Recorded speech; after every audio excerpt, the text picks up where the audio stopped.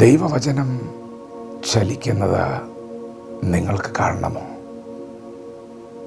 നിങ്ങൾ ദൈവവചനപ്രകാരം ചലിച്ചാൽ മതി. ദൈവവചനപ്രകാരം ജീവിക്കുന്ന, പ്രവർത്തിക്കുന്ന നിങ്ങളുടെ ജീവിതത്തിൽ ദൈവവചനവും പ്രവർത്തിക്കാൻ തുടങ്ങും. ആരാണ് ഇന്ന് പകൽ വചനപ്രകാരം മുൻപോട്ട് ചുവടുകൾ വയ്ക്കുന്നത്? യഹോവയെ ഭയപ്പെട്ട് അവൻ്റെ കൽപ്പനകളിൽ ഏറ്റവും ഇഷ്ടപ്പെടുന്ന മനുഷ്യൻ ഭാഗ്യവാൻ. എന്താണ് ആ മനുഷ്യൻ്റെ ഭാഗ്യം?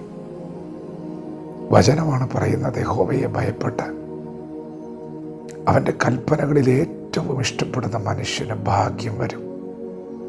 എന്താണെന്ന് ഭാഗ്യം?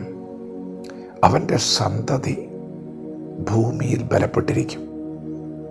നേരുള്ളവരുടെ തലമുറ അനുഗ്രഹിക്കപ്പെടും. പ്രിയപ്പെട്ടവർ, ഈ വചനം ചലിക്കണമെങ്കിൽ ഈ വചനപ്രകാരം നിങ്ങൾ ചലിക്കാൻ തയ്യാറാകണം. എന്താണ് വചനം? ദൈവത്തെ ഭയപ്പെടുക, ദൈവത്തിൻ്റെ കൽപ്പനകളിൽ ഏറ്റവും ഇഷ്ടപ്പെടുക. അങ്ങനെ നിങ്ങൾ വചനപ്രകാരം ജീവിച്ചാൽ വചനം നിങ്ങൾക്ക് വേണ്ടി ചലിച്ചിരിക്കും. ആ ചലനം തലമുറകളിലേക്കാണ് വെളിപ്പെടാൻ പോകുന്നത്. നിന്റെ സന്തതി ഭൂമിയിൽ ബലപ്പെട്ടിരിക്കും.